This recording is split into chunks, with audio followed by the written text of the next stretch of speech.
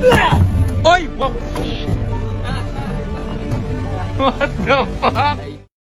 Magandang araw. Ayon kay Casimero, chicken lang sa kanya si Inoue at parang Juan Manuel Marquez, nasira ang speed bag sa lakas ng suntok ni Casimero. Kilala si dating 3 Division World Champion General Cuadrolas Casimero sa kanyang walang katulad na panggulat sa loob ng ring at walang takot na estilo ng paglaban. At dito sa video ng kanyang ensayo, ipinamalas ni Casimero ang kanyang lakas ng suntok. Kung kaya niyang magpatalsik ng mga panga at ulo ng kanyang kalaban sa loob ng ring, ito namang kagamitan sa gym ang naging biktima ng kanyang nakakamanghang lakas. Dito sa nag-viral na video clip, ipinakitang buong pwersang pinapatamaan ni Casimero ang speed bag. Sa matinding bilis at bigat ng bawat patama, biglang tumalsik at literal na natanggal ang speed bag mula sa mismong kinakabitan nitong bakal o swivel. Kaya naman inihaalintulad ang lakas ni General Cuadrolas Casimero kay Juan Manuel Dinamita Marquez ng Mexico,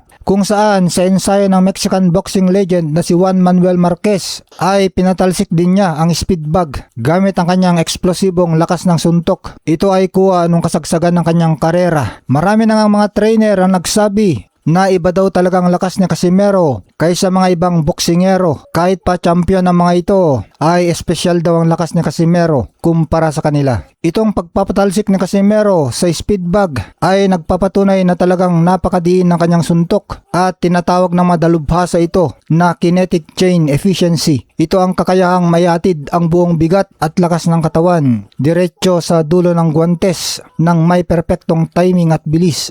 Kaya naman napakalaki ng bentahe ni Casimero sa mababang timbang dahil pang welterweight ang kanyang lakas.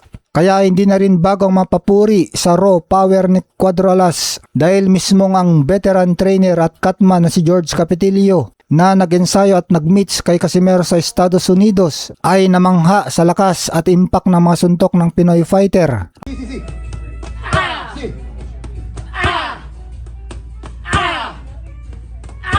At iniambing niya ito sa lakas ng isang natural na welterweight, 147 pounds.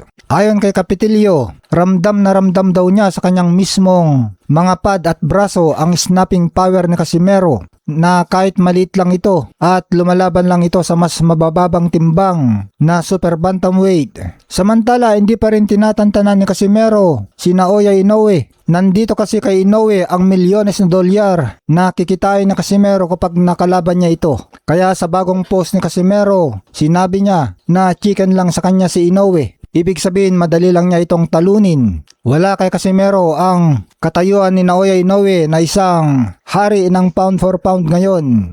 Kaya kasabay ng pagpapakitang gilas sa gym, patuloy ang matapang na payag ni Casimero laban sa Japanese superstar na si Naoya the Monster Inoue. Sa kanyang mga huling payag sa social media, walang alinlangan niyang tinawag na chicken ang Japanese champion at iginiit na mga bata lamang ang natatakot dito. Si Casimero ay namangha mismo sa kanyang lakas nang paliparin niya ang speed bag gamit ang kanyang malakas na suntok. Kaya naman kumpiyansa itong si Casimero na tawaging chicken lang sa kanya si Inoue. Kaya naman kumpiyansa si Casimero na kapag pumasok at tumama ng maayos ang kanyang welterweight power laban kay Inoue, isa lang ang magiging kahinatnan ng laban. Tulog ang sinumang humarap sa kanya, pati na itong si Naoya Inoue.